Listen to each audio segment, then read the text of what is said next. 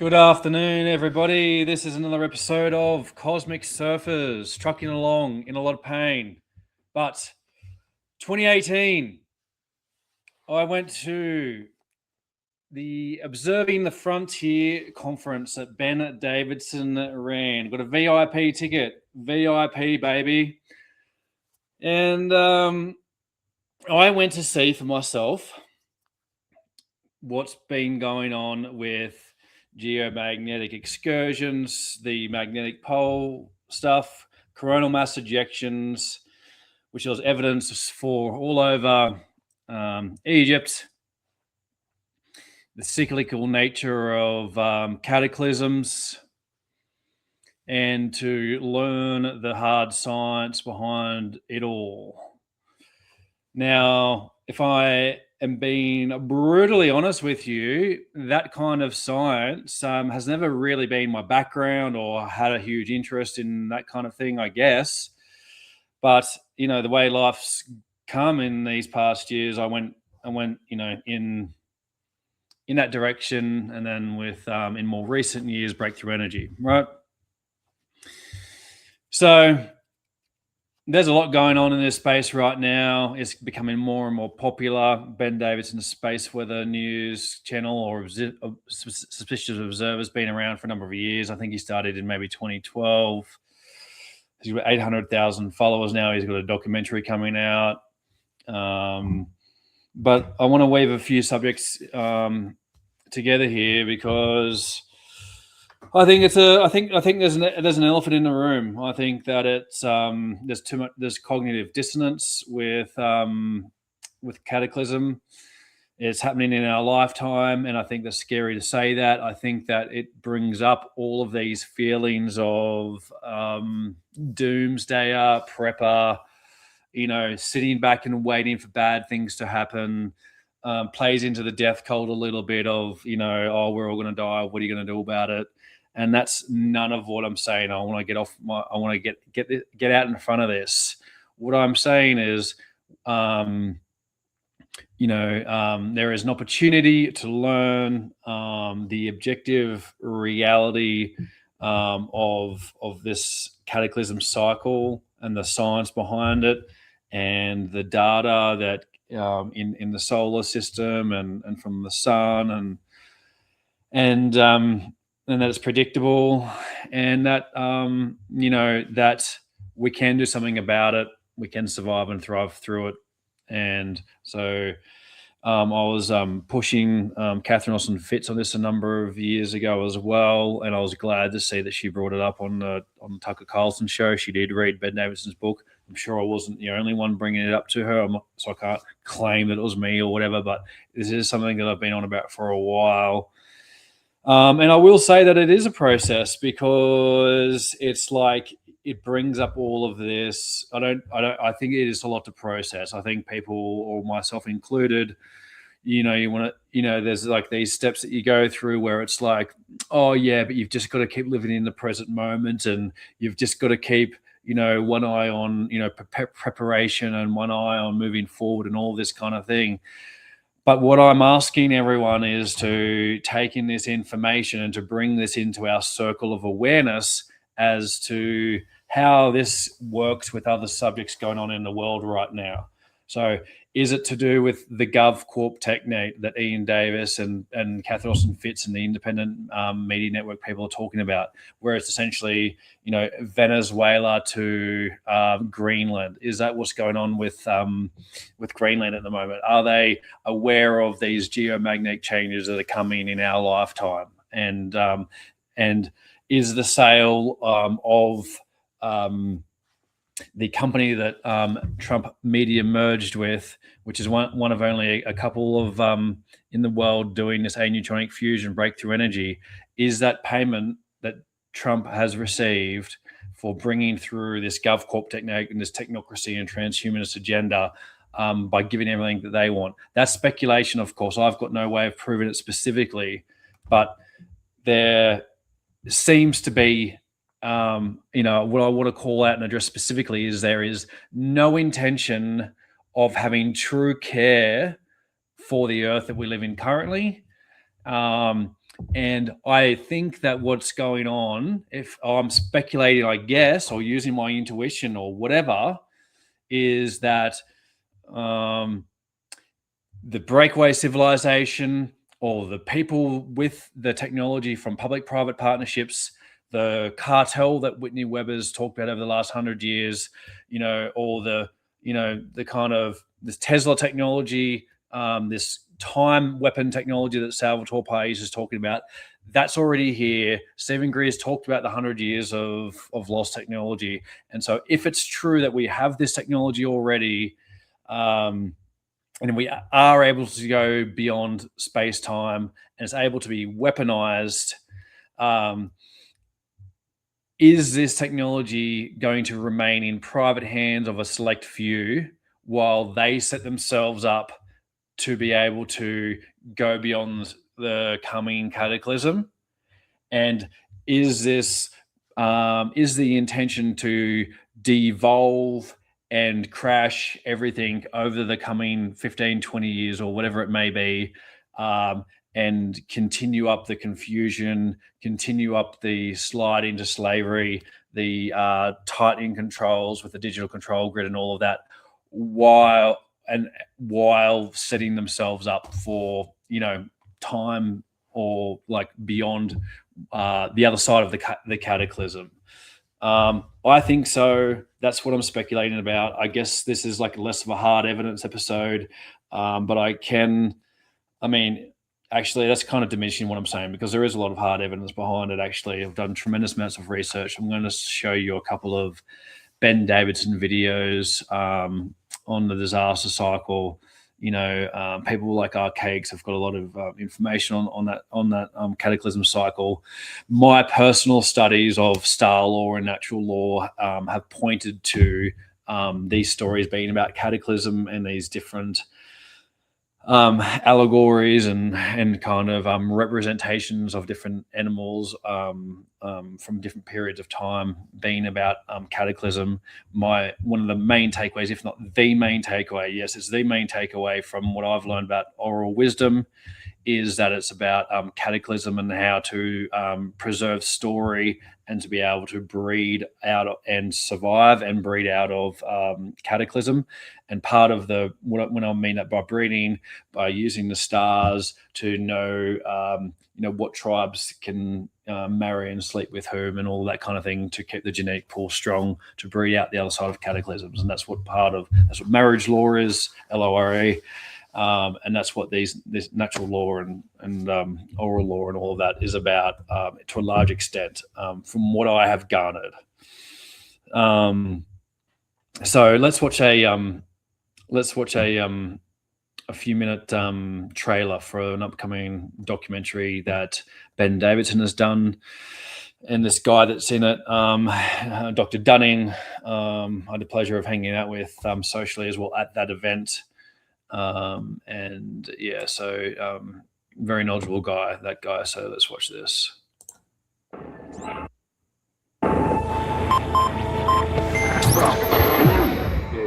Mass ejection.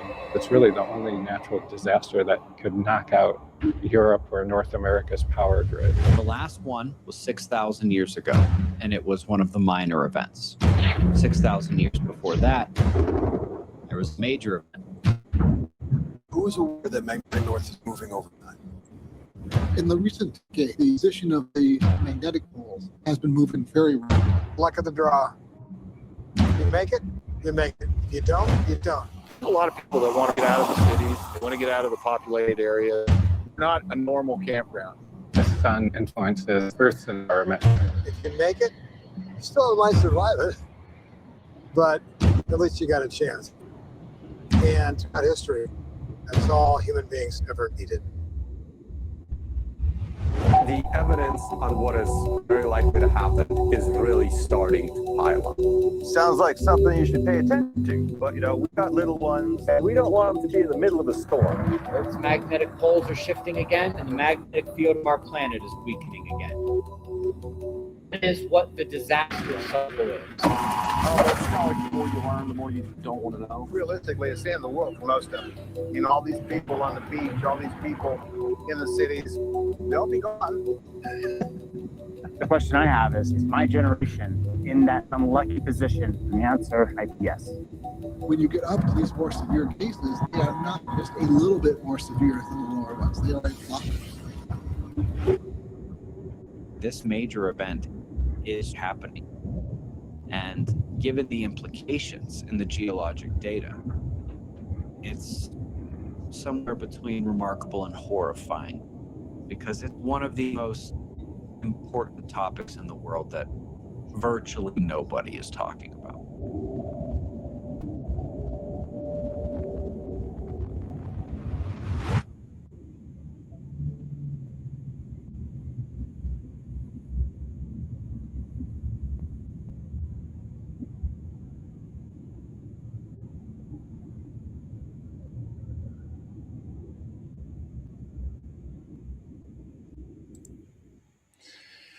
So, no, they didn't say a whole lot, but I guess you can go and get all of the you can watch the feature length videos on his channel. There is a lot of information to go through on his playlists, and I've gone through it pretty painstakingly, actually, over the years. And so, why am I bringing this to your attention? Because blackouts, hacks, blame China, this kind of AGI, artificial general intelligence, these advanced propulsion systems, this plasma technology, neutronic fusion, these time weapons, these underground facilities, the billionaires building bunkers. There's a common theme here, and it looks like it sounds a little bit like I'm clutching at straws, or kind of the Always Sunny in Philadelphia meme. But yeah, I mean, I think that it's the elephant in the room. I think that to truly process that this is the framework or the objective reality, at least for me, I think psychically, spiritually, this is something that has taken me time to process. So enough of that. Part of the reason why I'm also bringing this up is because of plasma and plasma cosmology. In the last video, we went through what Salvatore Pais was talking about, and a lot of it has to do with plasma. There's the plasma orbs in the MH370 case, where that was warped, out of the sky. So let's look at the plasma cosmology. Interconnectedness of the cosmic web. At the end of this video, you will get a number of links for supporting information and much more. Give it a second. The video is the highlights. The plasma cosmology is meant to one day replace the current lambda cold dark matter paradigm. In this paradigm, dark matter dominates the physical mass of the universe that began with the Big Bang 13.7 to 13.8 billion years ago. It's simply wrong on both counts. Let's begin with the timeline. We see supermassive quasars at such early times of the universe that it genuinely challenges the physics of how they could have formed so quickly. The same goes for supermassive galaxies. They are appearing at such a size at such early times that reconciling the Big Bang timeline is troublesome. A few weeks after the film was released, Gemini and others found a galactic protocluster at 12 billion years of age. Can tell it's been coming together for a while, and its size once again becomes challenging at that age of the universe. But perhaps the most damning evidence comes from individual stars. They say that the earliest that stars could have formed was 200 million years after the Big Bang, but there are at least 2 stars we know of, not just in our own galaxy, but within 1,000 light years, that are as old as the Big Bang or older. Methuselah's star is thought to be 14.5 billion years old, maybe older, and is only 200 light years away. The galaxy is 100,000 light years across, so what are the chances it's the only one that exists, the only one that exists in our galaxy? Another interesting point is that most deep space background interpretations utilize Kirchhoff's law. One of the world's experts in radiology, someone who revolutionized the MRI machine, by the way, says it is wholly invalid, and he proves it in the cosmology film. Perhaps the most obvious failure is that billions and billions of dollars for satellites, telescopes, detectors underground, lab experiments, etc., have all failed to find even one piece of dark matter. And it's not only that, but the expected places to find their effects indirectly, like the gamma ray background and in dwarf satellite galaxy configurations, just isn't there. In fact, the satellites of the Milky Way, Andromeda, and Centaurus A all violate that mainstream dark matter model. But this is only half the story. It's not enough to just identify a problem. You have to at least point in the right direction. Galactic rotation is one of the key reasons they look for dark matter.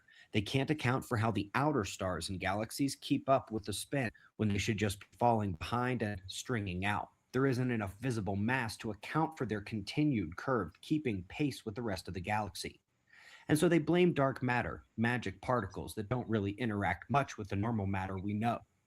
But alas, there have been a number of solutions proposed, and the best one is relatively simple. You replace their huge dark matter halo around the galaxy with a real normal luminous matter halo that is simply too hard to detect at this stage of our technology because it is so cold, sparse, and diffuse, spread out. Now, obviously, this would work mathematically, but the problem is we don't see the stuff there. Until now. The lost light of Hubble was a late 2018 discovery that we heard about in January 2019. Color is the known galaxies, with black around them as the real matter halos that we already knew about. White is still black, blank space, but the gray is the recovered light, the lost light of Hubble. In the same space that was supposed to be occupied by dark matter to make the math work, it is instead populated by diffuse, cold, normal matter. And just when we thought that can't get any better, it was discovered that those cold, normal matter halos are co-rotating with the galaxies, aiding in the spin dynamics problem.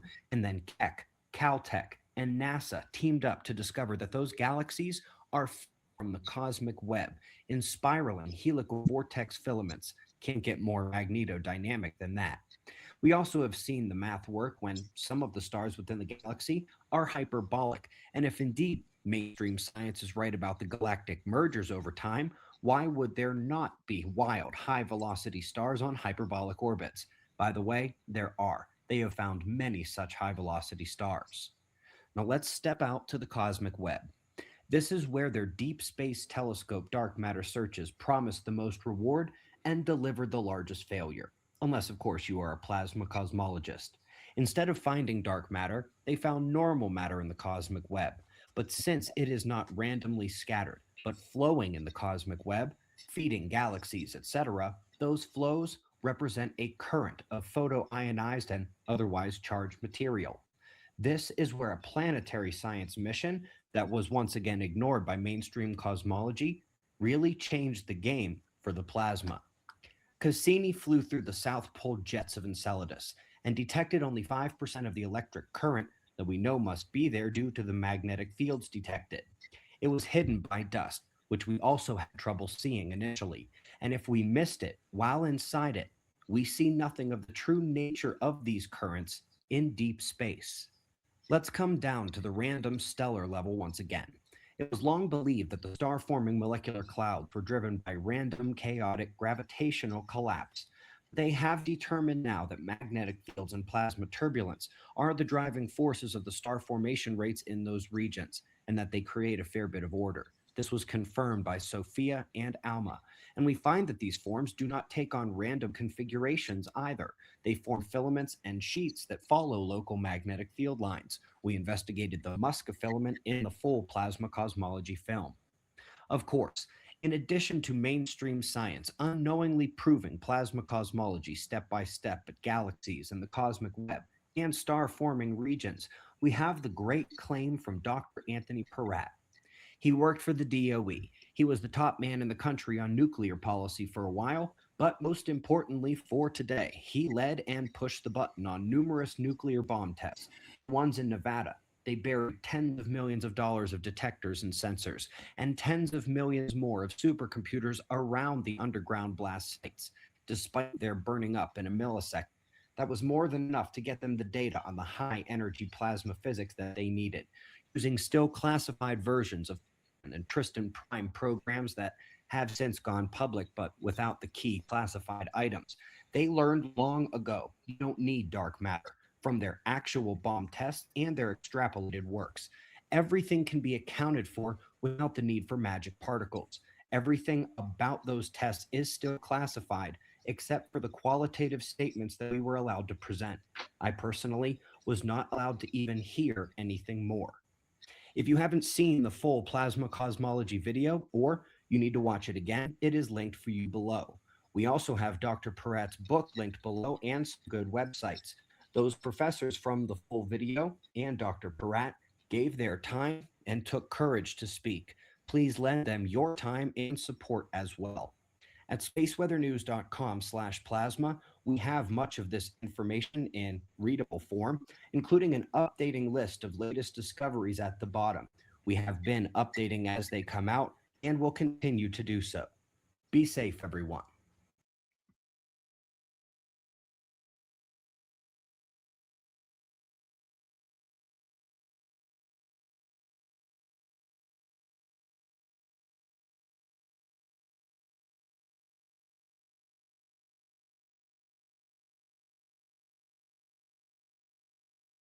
Oh, here we go. Yes, here we go. Okay. So the reason why I wanted to bring the plasma cosmology into the picture is because this is part of the technology that's in use.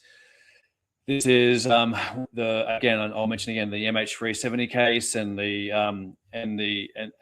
wormhole, the zapping it out of the sky. You've got Salvatore Pais talking about it in regards to this technology, and the Navy officer with the patents. And then what we know about from nature, as above, so below, and this holographic nature of reality, what's showing up in the cosmos is also happening within us. And so with becoming a cataclysm, and of course, if we can prevent it from happening, if this is to do with like a human awakening or some kind of internal process we can create to avoid it, sure, all for it. Let's go. But at the same time, there's and what I'm saying is nothing new. Everyone's talking about plasma and plasma consciousness and plasma coherence and plasma-based technology. Joseph Farrell's been talking about it for a long time. There's nothing new here that that's not groundbreaking. But what I am attempting to do here is to give some synthesis or pattern recognition to a lot of these different events that are playing out right now, and whether it's the breakthrough technology and the digital control system and Trump media and the gov-corp technate and kind of these technocrats, or whether it's the geomagnetic risks and the coming cataclysm and the data to do with time that Archaics is talking about and advanced artificial intelligence. We've kind of got all of these like seemingly disparate topics that are actually very interconnected, and we will continue to go through the data, and we have done a lot of that. That's why I've done these long watch alongs.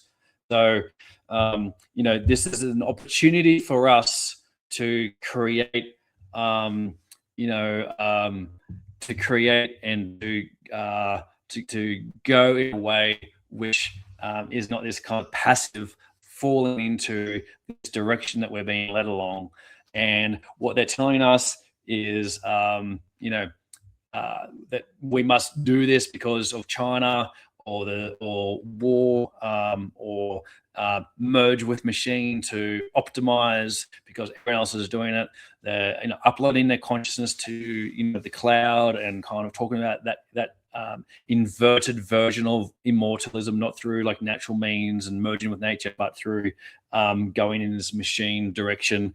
So this kind of lack of care, this lack of like love and kind of expression of nature, this organic human, this real organic human. Like why are we being led in this direction to merge with machine like transhumanists and like, oh, it's inevitable. We're being told everything is inevitable. It's not fucking inevitable to me. This is bullshit.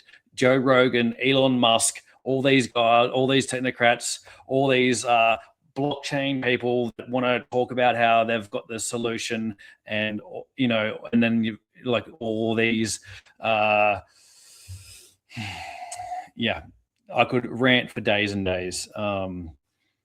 And we, again, I'm just trying to get the message out here in the best way that I can. I'm not trying to preach. And there's an opportunity for us to learn the objective nature of what's really going on, and everyone's failing at doing that. The alternative media is failing, and the ability to discern truth and to be able to is going to become a key thing. Everyone's getting retarded. Everyone's being dumbed down, and so this is an invitation to bring Cataclysm into you go look at the data and dive into it, and you let me know, because I've done it and I think that that's right, and I think that's happening in our lifetime, and I think that it has a key role in what is unfolding in the world right now. And we, if that is the case, then we also need to be aware of that and to be part of something that is the organic timeline for the true humans with true care. So much love. Over and out. Until next time, this is Cosmic Servers. Booyah.